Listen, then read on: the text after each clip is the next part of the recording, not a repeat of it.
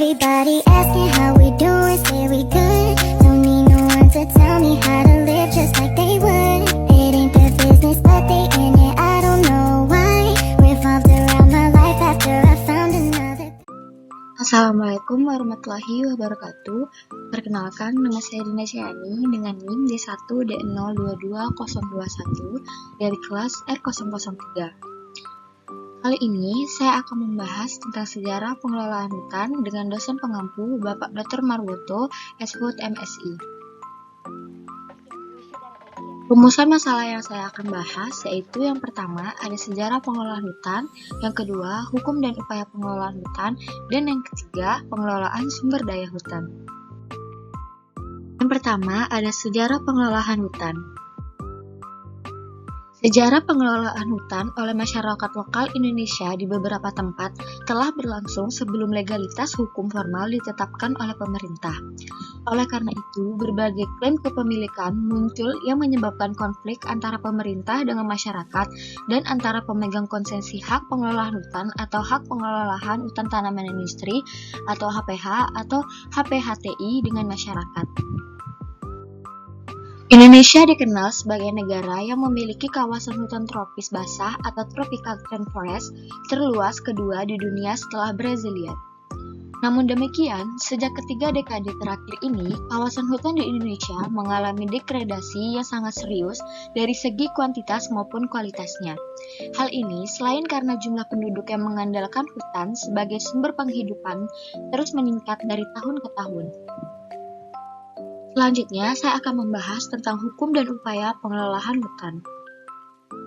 Upaya untuk mengelola sumber daya hutan pada masa pemerintahan kolonial Belanda dimulai dari pengelolaan hutan jati Teknogranis di Jawa dan di Madura pada pertengahan abad ke-19.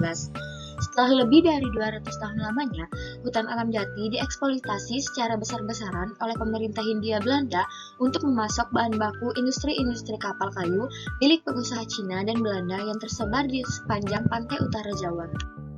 Pada tanggal 26 Mei 1808, Danius mengeluarkan peraturan pemangkuan hutan di Jawa yang memuat prinsip-prinsip sebagai berikut. Yang pertama, pemangkuan hutan sebagai dominian negara yang semata-mata dilakukan untuk kepentingan negara. Yang kedua, penyerahan pemangkuan hutan kepada dinas khusus di bawah gubernur jenderal yang dilengkapi dengan wewenang administratif dan keuangan serta wewenang penghukum pidana. Yang ketiga, areal hutan pemerintah tidak boleh dilanggar dan perusahaan dengan eksploitasi secara parsial dijamin keberadaannya, dengan kewajiban melakukan reforestasi dan kebudidayaan lapangan tebangan dan lain-lain.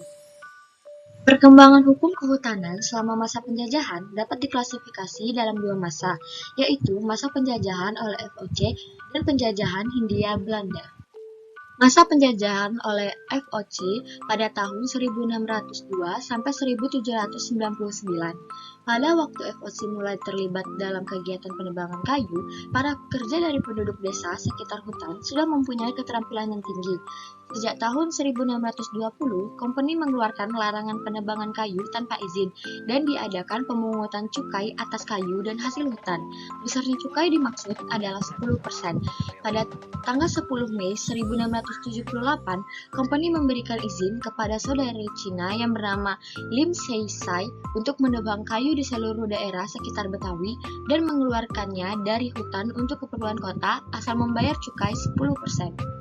Penjajahan Hindia Belanda pada tahun 1850 sampai 1942. Konservasi sumber daya alam hayati di Indonesia dimulai dengan peraturan mengenai kehutanan di Jawa dan Madura.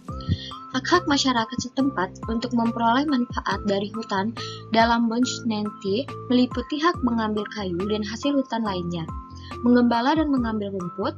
Kayu-kayu yang boleh diambil oleh penduduk setempat adalah sisa-sisa kayu yang tidak dipungut oleh jawatan kehutanan, kayu mati ataupun pohon-pohon yang rebah di hutan rimba sepanjang untuk keperluan sendiri, bukan untuk diperdagangkan. Pembahasan terakhir yaitu tentang pengelolaan sumber daya hutan. Beberapa aspek utama dalam pengelolaan sumber daya hutan. Yang pertama, konservasi. Upaya untuk melestarikan hutan dan keanekaragaman hayati yang terdapat di dalamnya. Ini mencakup pembentukan taman-taman nasional, cagar alam, dan kawasan konservasi lainnya. Yang kedua, pemanfaatan kayu.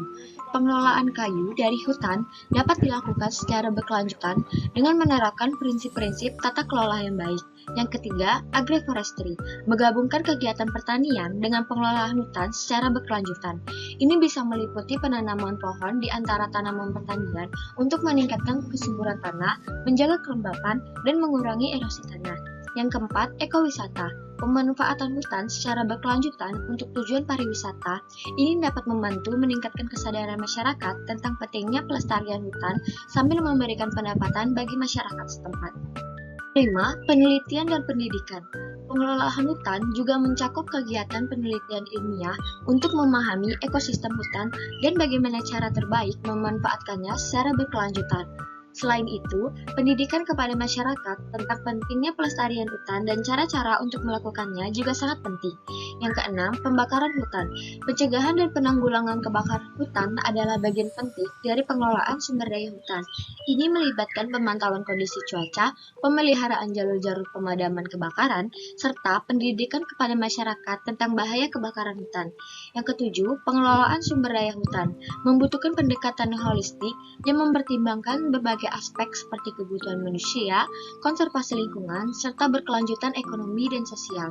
Dengan mengintegrasi berbagai kepentingan ini, diharapkan hutan dapat dikelola secara efektif demi kesejahteraan jangka panjang bagi manusia dan ekosistem yang ada di dalamnya. Kesimpulan yang dapat diambil dari pembahasan di atas yaitu pengelolaan hutan berarti pemanfaatan fungsi hutan untuk memenuhi kebutuhan manusia secara maksimal. Faktor kesejahteraan merupakan salah satu faktor penting yang harus dipertimbangkan dalam pengelolaan hutan. Pengelolaan sumber daya hutan di Indonesia terkait dengan kepemilikan hutan yang terbagi menjadi 3 kategori, milik pemerintah, milik swasta, dan milik masyarakat. Meningkatkan tanggung jawab perusahaan, masyarakat desa hutan, dan pihak yang berkepentingan terhadap keberlangsungan fungsi dan manfaat hutan serta meningkatkan pendapatan masyarakat. Mungkin cukup sekian yang bisa saya sampaikan. Jika ada salah dan kurangnya mohon dimaafkan. Saya akhiri. Assalamualaikum warahmatullahi wabarakatuh. Asking how we doing, say we good. Don't need no one to tell me how to